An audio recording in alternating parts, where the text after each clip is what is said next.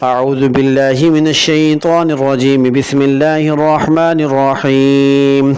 وإذا طلقتم النساء فبلغن أجلهن فلا تعدلوهن أن ينكحن أزواجهن إذا تراضوا بينهم بالمعروف، ذلك يوعظ به من كان منكم يؤمن بالله واليوم الآخر، ذلكم أزكى لكم وأطهر، والله يعلم وأنتم لا تعلمون.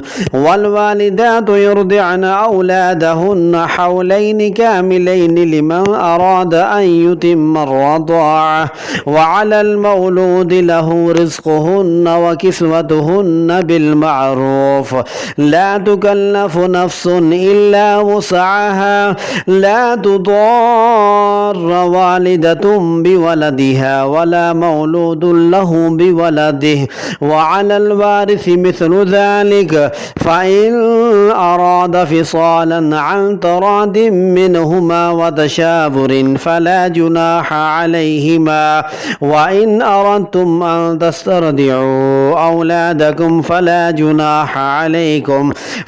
جناح عليكم إذا سلمتم ما آتيتم بالمعروف، واتقوا الله واعلموا أن الله بما تعملون بصير. والذين يتوفون منكم ويذرون أزواجا يتربصن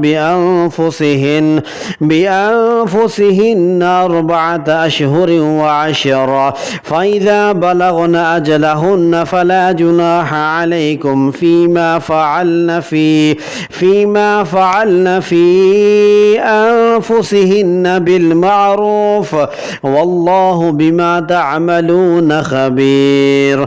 ولا جناح عليكم فيما عرضتم به من خطبة النساء أو